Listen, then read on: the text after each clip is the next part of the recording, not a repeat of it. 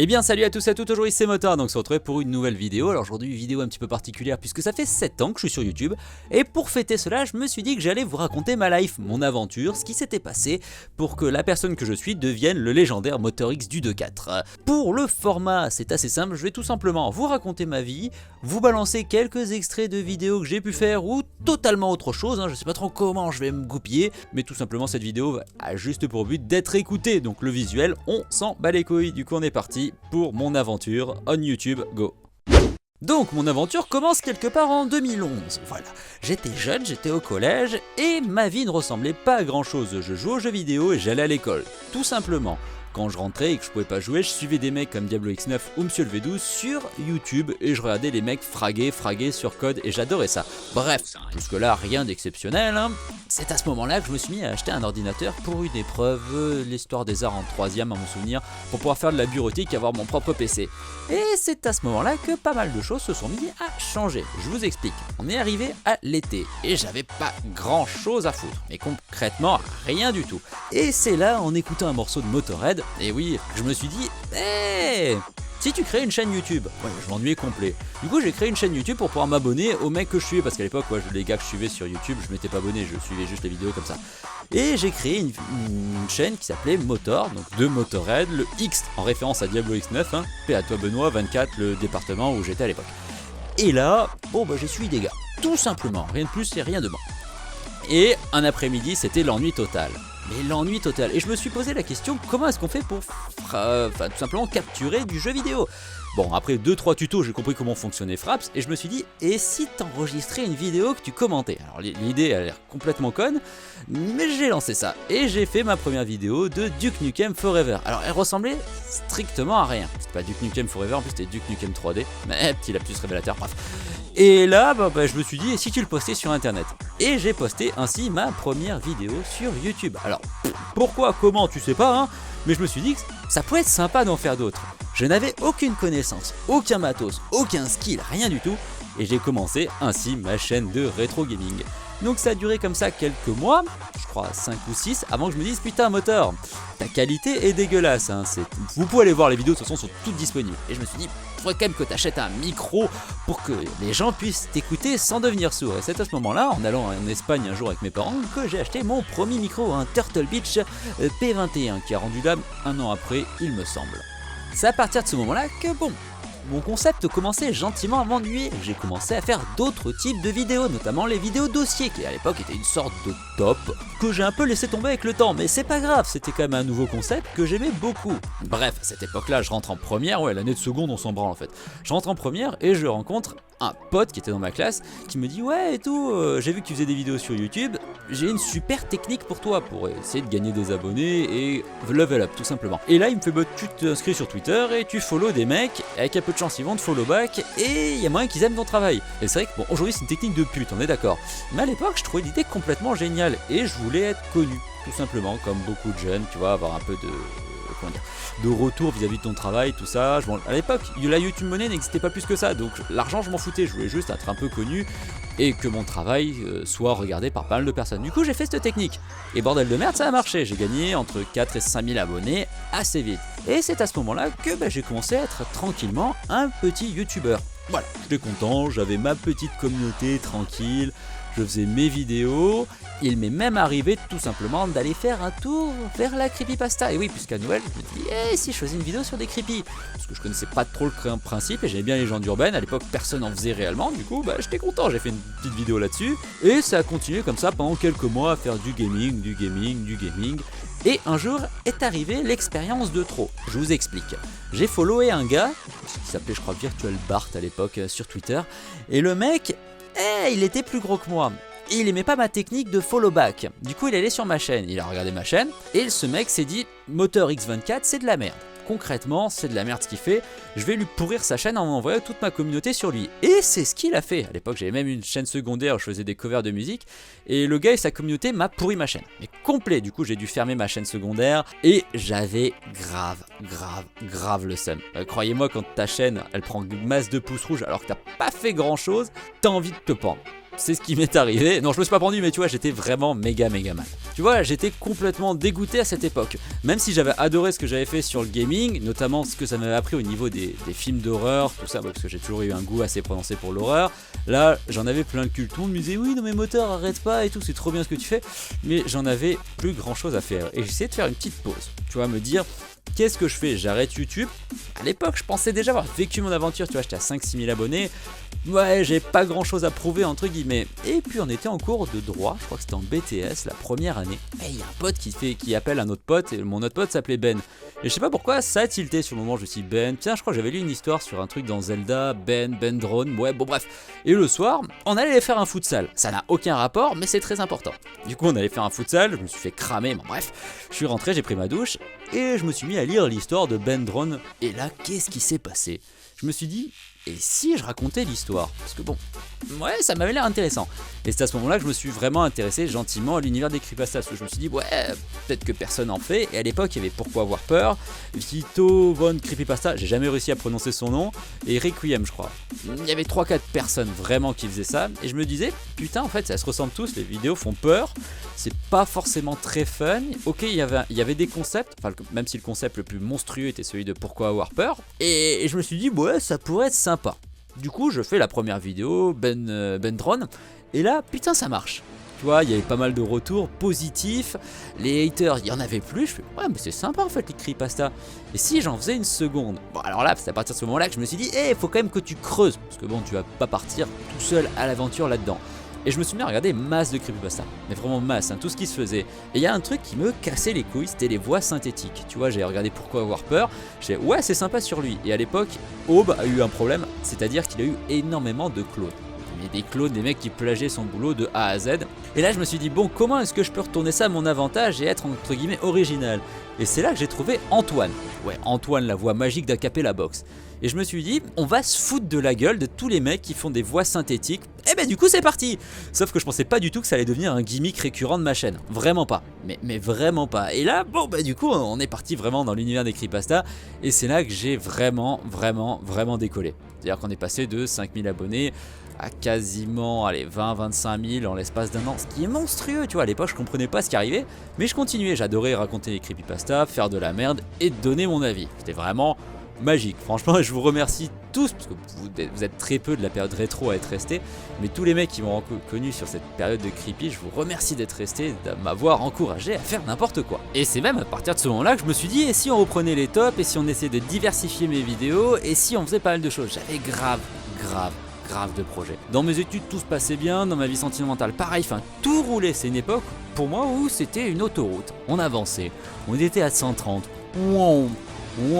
et puis comme tu peux t'en douter, les choses ne sont pas faites pour durer. J'ai dû avoir un changement dans ma vie professionnelle qui m'a un poil perturbé, puis il y a eu des changements sur ma vie perso qui m'ont beaucoup perturbé aussi, et est arrivée la cerise sur le gâteau, tu vois. Dans YouTube tout se passait bien, jusqu'à ce que il y ait un changement dans YouTube, c'est-à-dire que j'étais plus répertorié, l'horreur s'est mis à se faire strike de manière super importante, je gagnais plus d'argent sur mes vidéos et j'en gagne toujours plus, tu vois. À une époque, au top du top, j'ai dû me faire quelque chose comme 400, 500, 600 euros par mois, ouais, ce qui était vraiment énorme.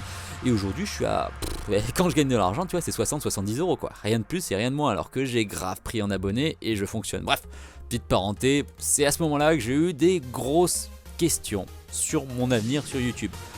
La plateforme ne me mettait plus réellement en avant et tout n'allait pas, tout simplement, ça c'était un gros bordel. L'année dernière a été très compliquée.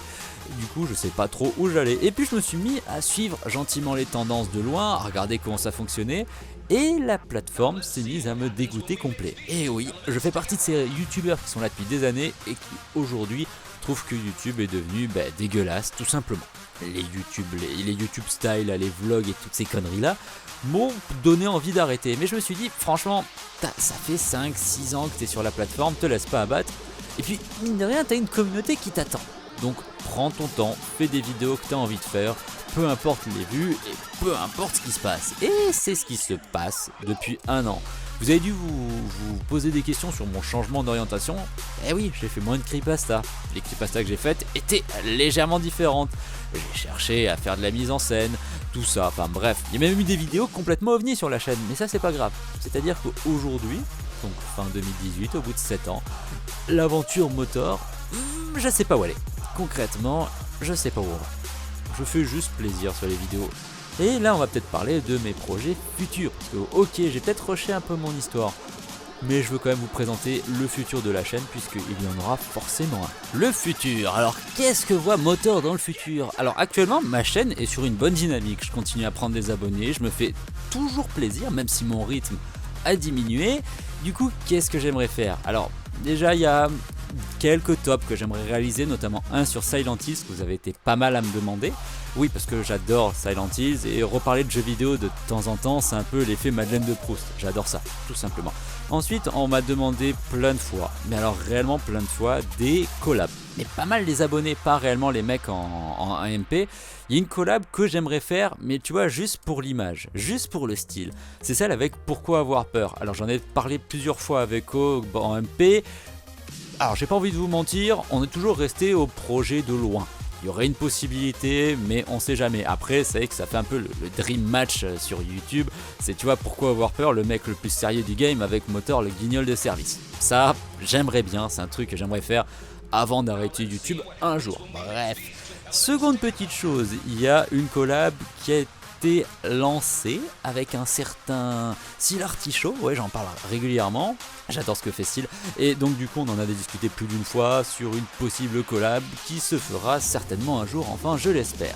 Et une question qui est revenue régulièrement, c'est feras-tu une collaboration avec une personne de la gente féminine? Alors ce qu'il faut savoir, c'est que j'ai déjà fait une collab avec Requiem il y a quelques années, et oui, bon, c'était sympa, et j'aimerais bien en faire une avec une autre nana. Il y en a une qui est prévue, avec une demoiselle qui raconte des creepypastas, elle a les cheveux bleus, vous voyez certainement de qui je veux parler, c'est elle qui était venue me voir. Je m'étais mis d'accord avec elle, c'est juste que mon emploi du temps n'avait pas pu réellement coller au sien. Du coup, c'est quelque chose qui devrait arriver en fin d'année. Il y aura une collab avec une nana aux cheveux bleus, vous voyez tous de qui je veux parler. Bref. Et donc, à titre perso, est-ce que j'aimerais faire autre chose? Bah, la réponse est oui. Mais comment est-ce que Motor serait dans le futur? Certainement plus glauque, parce que je dirais que j'en ai un petit peu marre de me cantonner aux histoires entre guillemets tout public. J'ai envie de faire des trucs sales. C'est un truc que j'aime bien, l'horreur, la crasse, tout ça, c'est génial, au top. Et c'est quelque chose vers quoi je vais me tourner. Après, est-ce que mon rythme sera plus soutenu? Non. Est-ce que je vais me prendre la tête pour les vidéos? Non. Est-ce que je mettrai des moyens financiers importants dans mes vidéos? Non. Motor restera Motor, un youtubeur amateur qui se fait juste plaisir le week-end pour vous raconter de la merde. Mais c'était une belle conclusion, ça limite. Bon, ce qui serait sympa, c'est que je débriefing mon travail et que je réponde à quelques-unes de vos questions.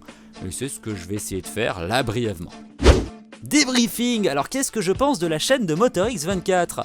C'est un putain de flemmard. Non mais sans déconner, c'est vrai que c'est l'une des choses les plus flagrantes quand tu vas sur ma chaîne, c'est que mes vidéos ne sont pas travaillées. Et oui, ce qu'il faut savoir, c'est que je fais tout en live. Je n'écris strictement rien. Et ça se sent sur certaines vidéos. J'aurais aimé réellement professionnaliser ma chaîne. Mais vu tout ce qui s'est passé, tu vois, ma chaîne comme ça, elle est très bien. C'est vraiment une chaîne amateur pour les amateurs. L'image. J'aime bien mon image, mais j'avouerai qu'elle pourrait être vachement plus cool. Elle n'est plus du tout dans les canons de 2018, j'en suis très conscient. Là, t'as vraiment une chaîne qui a dû rester bloquée à 2014-2015. Et c'est dommage. C'est l'avis que j'en ai. Après, le manque de time, tout ça, le manque de motivation par certains moments feront que ma chaîne n'évoluera certainement jamais. Seconde petite chose, mon son. Bah, c'est vrai que l'ambiance sonore de mes vidéos, c'est quelque chose. Hein. C'est vraiment des musiques n'importe comment, voilà. Sans déconner. C'est juste que, ok, Motor est tout simplement juste, il s'en bat les couilles. Voilà, surtout. Et ça, c'est quelque chose que je trouve assez dommage. J'aurais aimé professionnaliser réellement ma chaîne. Et c'est réellement le seul point négatif que je peux donner à mon travail. Puis si l'orthographe aussi dans les descriptions. Enfin bref, il y a plein de choses que je pourrais redire gentiment. Mais grosso modo, ma chaîne a un univers et j'en suis super content. Et je vous remercie. Déjà, ouais, j'aimerais bien remercier la communauté. Ça fait quand même 6 ans ou 7. Bref, ça fait longtemps que vous êtes là, longtemps que vous commentez. Il y a des personnes que je vois régulièrement et ça, je trouve ça génial. Il y a une vraie communauté qui s'est installée. Je me fais un petit peu d'argent de temps à autre, hein, même si j'ai pas ouvert Tipeee de Ulule parce que j'en ai rien à foutre de votre pognon concrètement. Je veux juste m'amuser et discuter avec vous. C'était le but original de ma chaîne et ça le restera. Ce qui est bizarre d'ici en 2018. Bref, maintenant je sais que vous m'envoyez pas mal de questions et je vais y répondre gentiment.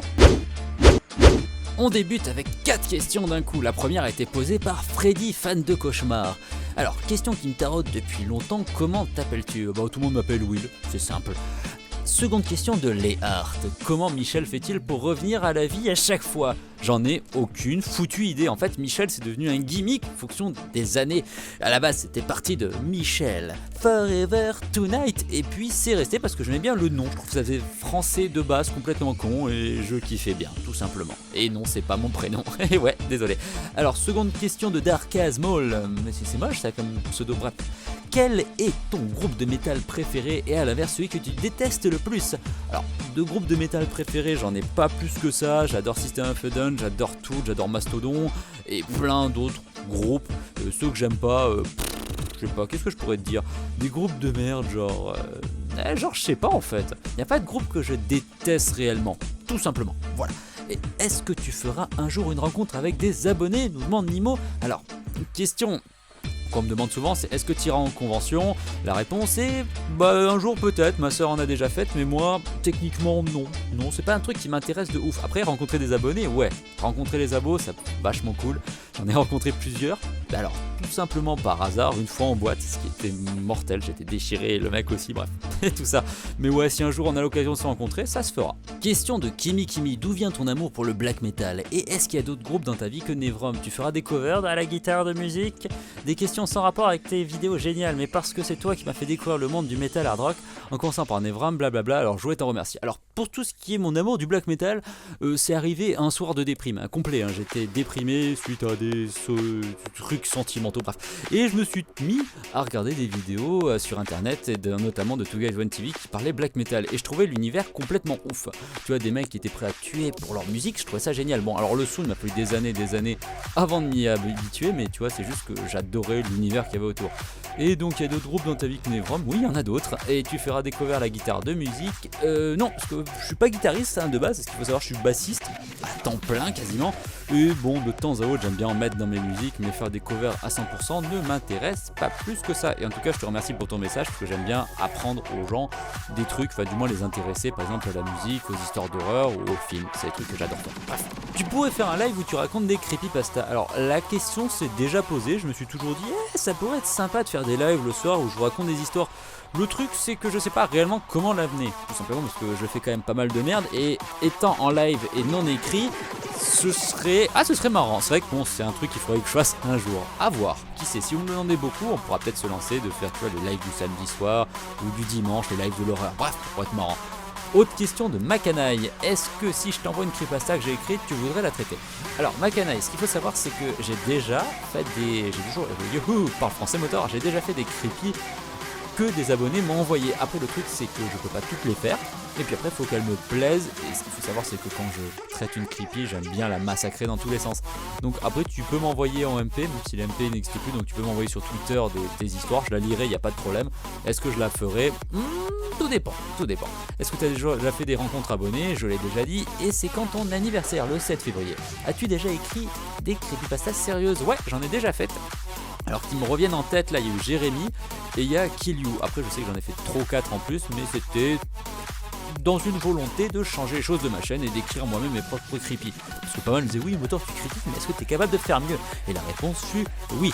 Pourquoi es-tu aussi génial? J'en ai aucune idée, je sais même pas comment ça se fait qu'on puisse aimer mon travail. Bref. Quelle est ta creepypasta préférée? Alors ça c'est une question qu'on me pose méga régulièrement, alors j'en ai pas réellement. Pendant longtemps ça a été Lossing Jack, parce que je la trouvais vraiment sympa, bien écrite et j'adorais le personnage. Après avec le temps c'est plus devenu 1999 que je trouve monstrueuse dans la taille, dans la construction, dans tout, ça pourrait limite être un roman. Mais en soi j'en ai pas de préféré, mais si je devais en citer une, c'est 1999, rien de plus. Julie nous pose la question suivante, dans ton métier actuel, as-tu des collègues préférés? Ah, j'adore ce genre de questions, parce que pour ceux qui ne le savent pas, personne ne doit le savoir, Julie est vraisemblablement l'une de mes collègues, et elle est tombée sur ma chaîne quand je suis arrivé dans la boîte. Et depuis, elle m'en parle tous les mardis en réunion, parce qu'elle me kiffe. Et sauf que moi j'aime pas mes collègues, et ouais, c'est quelque chose qui arrive, désolé Julie, bisous. Alors, Petite Cerise nous pose la question suivante, es-tu dans la vie de tous les jours aussi trash et troller que dans tes vidéos, ou joues-tu un personnage dans tes vidéos? Ça fait beaucoup de vidéos, Petite Cerise. Alors, À l'origine, non. À l'origine, j'étais vraiment deux personnes différentes. J'étais Motor et Will, tout simplement. J'essayais de dissocier les deux. Mais avec le temps, je suis devenu la même personne. On va dire que Motor que vous voyez dans les vidéos, c'est un peu Motor dans la vie, tout simplement. Un peu moins vulgaire, parce que dans le métier que je fais, si je suis vulgaire, bah, ça va être compliqué. Mais généralement, je suis pareil en vidéo que dans la vraie vie, ce qui est devenu assez compliqué dans certaines de mes relations. Imagine un peu le bordel. Voilà, en tout cas, super question et je te remercie de l'avoir posée. Ambre me demande si j'ai une copine. La réponse est non et je n'ai pas de copain non plus. RT si c'est triste, je suis tout seul au fond d'une grotte à faire des vidéos. Ouh là là, ouh là là. En fait non, je suis tout seul, c'est cool. Franchement j'aime bien. Allez, question suivante. Vaiti Shaya, une chère abonnée depuis très longtemps que je vois régulièrement dans les commentaires, nous pose à quand un concours de fanfic d'histoires creepy basé sur toi et ton univers.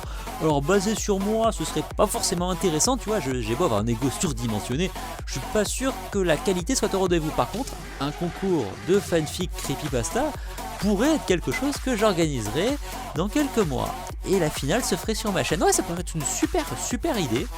Qui sait? On va certainement voir ça dans quelques mois. Et c'est donc ainsi que se termine cette vidéo. Je voudrais quand même remercier toutes les personnes qui ont posé des commentaires, des questions, qui m'ont permis de retracer mon histoire de manière assez succincte et sympa. Désolé à ceux à qui j'ai pas lu de com, même si j'ai tout lu, mais bon, je pouvais pas tout poser dans la vidéo, sinon la vidéo aurait duré 10 ans et je me serais répété plein de fois, déjà que j'ai dû le faire, enfin bref. Merci à tous les abonnés, à toutes les personnes qui ne sont pas abonnées, enfin bref, toutes les personnes qui un jour sont perdues sur YouTube et qui ont regardé une vidéo de Motor. Je vous remercie, sans vous, Motor n'existerait certainement pas. Merci d'avoir liké une grande partie de mes vidéos, hein. Merci aussi aux rageux haters, etc. qui ont disliké en masse certaines de mes vidéos. Sans vous, le monstre Motor ne serait pas né et je me serais certainement pas battu autant les couilles. Bref, merci à tous. Sur ce, un bisou, à bientôt pour de nouvelles aventures.